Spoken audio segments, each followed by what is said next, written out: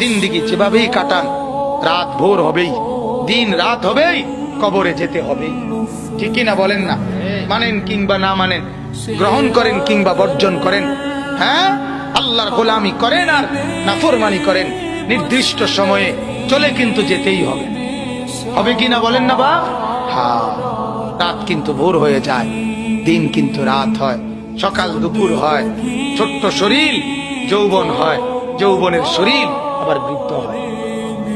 হয় কি না? দেখতে দেখতে ওনার খবরও নাই কোন দিন ওনার জওয়ানি শরীর থেকে শরীরের সক্ষমতা চলে গেছে হাতের জায়গায়, কিন্তু কি সেই যৌবনের শক্তি আছে না? হাত পাও সব জায়গায় আছে না? কথা বলে না কেন? কিন্তু ভেতরে শুধু কি নাই? জওয়ানিটা নাই, শক্তিটা নাই।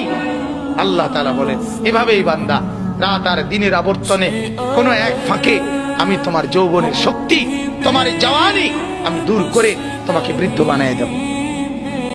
তোমার সাথে কোনো বিদ্বেষ নিয়ে ধমকাই নাই, কলিজা ভরা এটুকু ফিকির নিয়েই বলি যে এক ছেলে বদলে যাক, একটা নওজোয়ান বদলে যাক, সারা দিনের চিৎকার চেঁচামেচির দ্বারা, এই দিবানিশির এই বলার দ্বারা যদি একটি বাচ্চাও, একটা ছেলেও, একটা কিশোর, একটা যুবক, একটা তরুণ, একটি মুসলমানের মা মেয়ে যদি বদলায়, হতে পারে ওই একজনের উসিলায় আল্লাহ আমাদেরকে মাফ করে দিবে।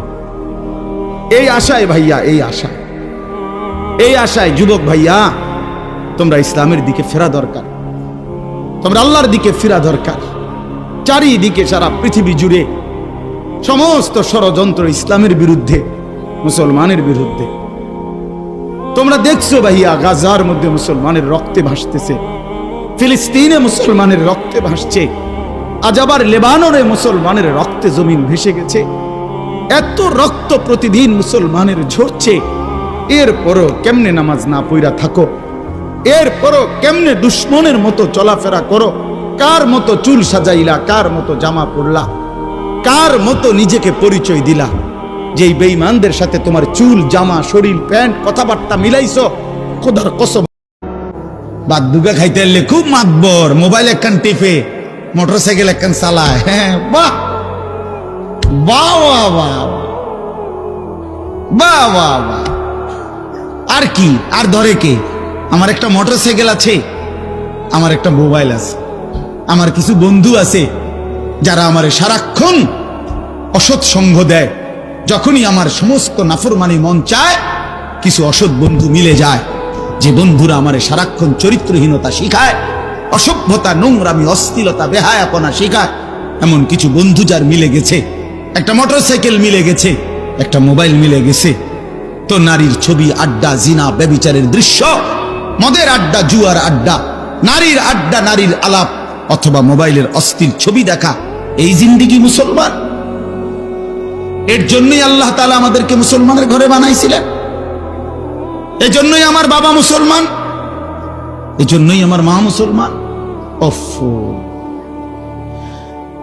আল্লাহ আপনি মাফ করে দেন। তাহলে এই জিন্দেগি কুত্তার জিন্দেগি, যে জিন্দেগি সেজদা নাই, সে জিন্দেগি নারী, ছবি, অস্থিরতা, জিনা, ব্যভিচার, বেপর্দা, বেহায়া, হ্যাঁ, নাচ গান, আনন্দ ফুর্তি, এটা জীবন হলো মিয়া? এটা জীবন? কার থেকে শিখছেন এটা?